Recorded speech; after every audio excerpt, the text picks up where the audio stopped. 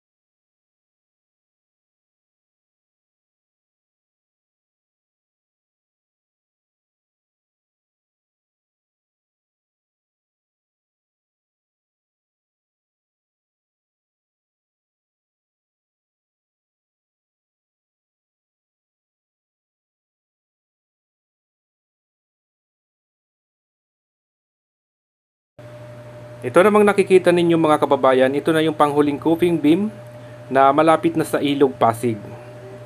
At patungo na ng Pandacan, Manila.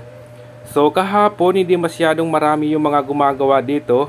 Pero sa ngayon makikita ninyo na napakarami na ng mga gumagawa dito. At napakakapal na rin ng bakal na na-install nila. Tuloy-tuloy na yung paggawa nila dito ng rebar. So ayan mga kababayan, maraming salamat ulit sa inyo. At maraming salamat pa rin sa tuloy-tuloy na sumusuporta sa ating YouTube channel.